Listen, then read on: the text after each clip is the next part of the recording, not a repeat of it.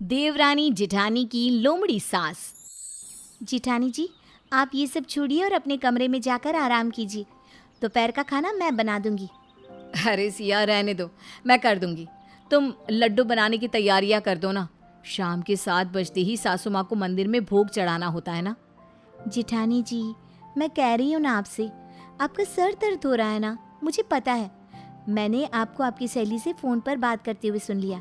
जाइए और आराम कीजिए, ये सब मैं संभाल लूँगी। ओफो, अच्छा ठीक है, अब तुम तो मानने वाली हो नहीं। अच्छा, तो ये दोनों में ये चाशनी जैसी मीठी मीठी बातें हो रही है। वाह जी वाह। ये कहानी है देवरानी सिया और उसकी जिठानी परागी की। सिया और परागी दोनों भी ठाकुर परिवार की बहुएं होती हैं। दोनों जिठानी देवरानी में इतना प्यार होता है जैसे दोनों का जन्मों जन्म का नाता हो। इसी को देखकर उनकी सास मीनाक्षी को ये सब सहन नहीं होता और वो दिन रात अपने घर के झूले पर बैठकर अपनी बहुओं पर नजर रखती है। रात में जब सब खाना खाने के लिए एकत्रित होते हैं, तभी सिया का पति मोहन और परागी का पति इंदर भी मौजूद होते हैं। वाह, क्या गुलाब जामुन बनाए हैं। माँ, आपको याद है, पापा भी हमारे लिए ऐसे सेम टेस्ट के गुलाब जामुन लाया करते थे। सच में कभी कभी पापा की बहुत याद आती है। खैर, आप क्या कर सकते हैं इंदर बेटा, जिसे जाना है वो तो इस दुनिया से जाकर ही रहता है। तभी मोहन दिखता है कि बर्तन में के सारे गुलाब जामुन खत्म हो गए हैं और सिर्फ एक गुलाब जामुन ही बचा है। अरे ये क्या, सारे गुलाब जामुन खत्म हो गए, सिर्फ एक ही बचा है। सिया, परागी, अब तुम दोनों क्या खाओगी? अरे दोनों आधा आधा टुकड़ा खा लो ना। ऐसे कौन सी गणित की पहेली है जो इतना सोच रहे हो? नहीं नहीं सिया, मुझे वैसे भी इतना मन नहीं है, तुम ही खा लो ये पूरा एक गुलाब जामुन। नहीं नहीं जिठानी जी, आप खाइए ये पूरा एक गुलाब जामुन। नहीं सिया, मैं जानती हूँ तुम्हें मिठाइयाँ कितनी पसंद है। जैसे कान्हा जी को मक्खन पसंद है ना? वैसे ही तुम्हें भी गुलाब जामुन और रसगुल्ले बहुत पसंद है।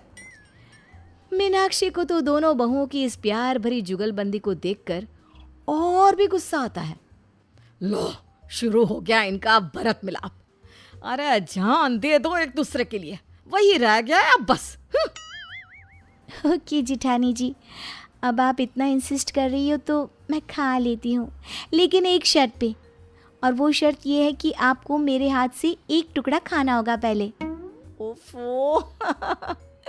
ठीक है, तुम नहीं मानोगी, खिला दो बस। सिया अपने हाथ से परागी को गुलाब जामुन का एक टुकड़ा खिलाती है और फिर खुद खाती है।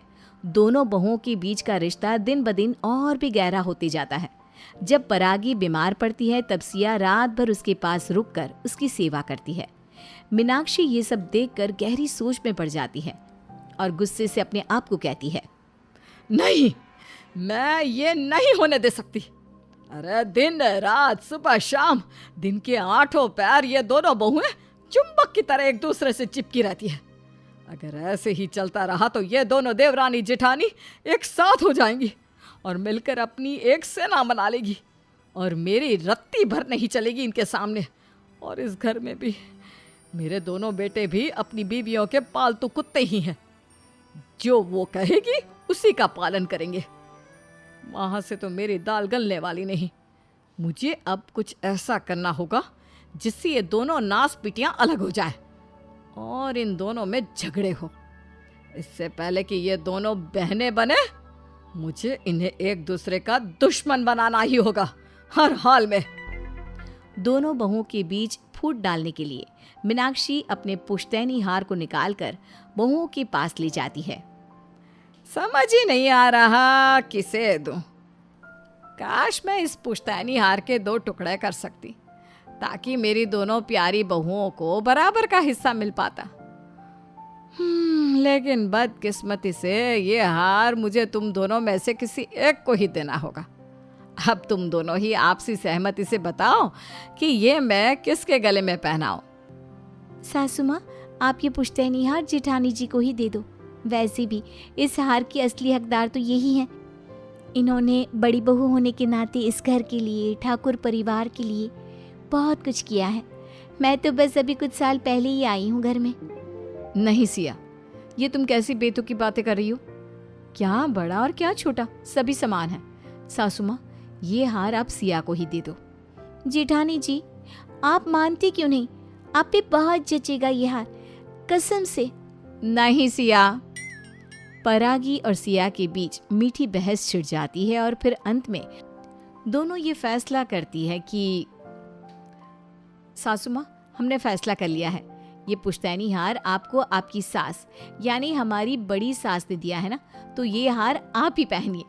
हाँ सासू माँ, और आपके ऊपर तो ये हार और भी सुंदर लगेगा, एकदम माधुरी दीक्षित लगोगी आप। By God. अरे लेकिन दोनों बहुएं वहां से चली जाती हैं। अरे ये प्लान भी फ्लॉप हो गया। मीनाक्षी ऐसे ही अपनी चालें चलती रहती और वो दोनों बहुओं को अकेले में एक दूसरे के खिलाफ भड़काती रहती। अरे सिया बहू, तुझे पता है परागी बहू तेरी पीठ पीछे तुझे कितना बुरा भला बोलती है। तू मानेगी नहीं, वो तुझे बच्ची और जोकर कह के बुलाती है, क्योंकि तुझ में बहुत बचपना है ना। आज तो भरे बाजार में उसने 4 औरतों के बीच ये कह दिया। सभी औरतें हंस रही थी पेट दबा दबा कर। ये जेठानी जी भी ना, उनकी आदत ही ऐसी है, वो मुझे भी सामने से चिढ़ाती रहती है। मैं हरकतें ही ऐसी बंदरियाँ वाली करती हूँ और औरतें हंसी तो क्या हुआ, इसी बहाने उन सबको मेरी वजह से हंसने का, खुश होने का मौका तो मिला। दुनिया में सबको हंसना ही चाहिए, नो उदासी, ओनली हंसी और खुशी। इसलिए यू ऑल्सो स्माइल सासू माँ। है? ऐसा तो कुछ फर्क ही नहीं पड़ा। सच में ये छोटी बहू सिया पागल खाने से ही आई है। मीनाक्षी की दाल कहीं से भी गल नहीं रही थी। वो परागी और सिया दोनों को एक दूसरे के खिलाफ भड़काने में पूरी जी जान लगा देती है, लेकिन उसे हमेशा हार ही मिलती है और हर बार देवरानी जेठानी का प्यार जीतता जाता है। अब मीनाक्षी अपना आखिरी पासा फेंकती है और घर में बंटवारा घोषित करती है। बंटवारा? लेकिन क्यों सासू माँ? हाँ सासू माँ, कोई अनबन भी नहीं हुई उसके बावजूद भी।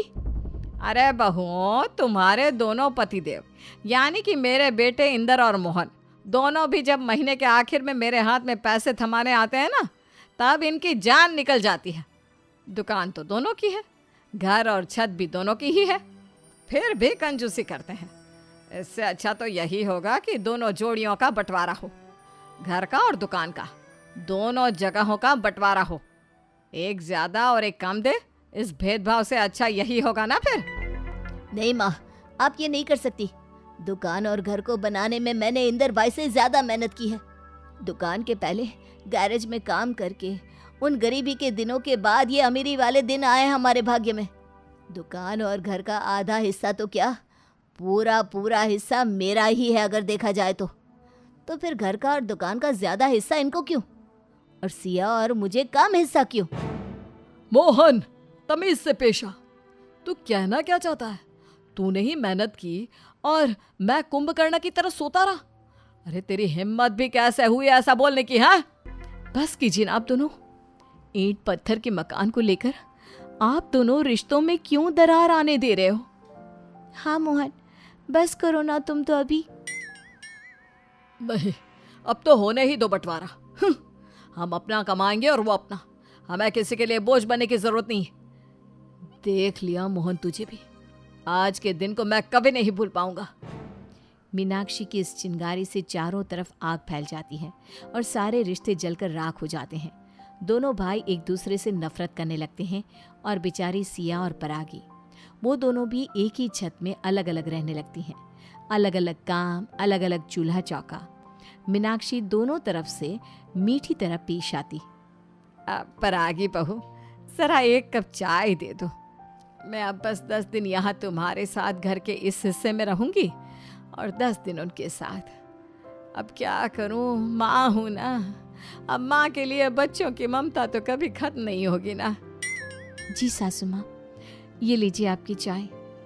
मीनाक्षी अब दोनों हिस्सों में रहने लगती, कभी इधर तो कभी उधर। एक दिन जब वो सिया के पास होती है तभी अकेले में कहती है, अब जी रही हूँ मैं मेरी ड्रीम लाइफ। दोनों बहुएं एक दूसरे से जुदा हो गई।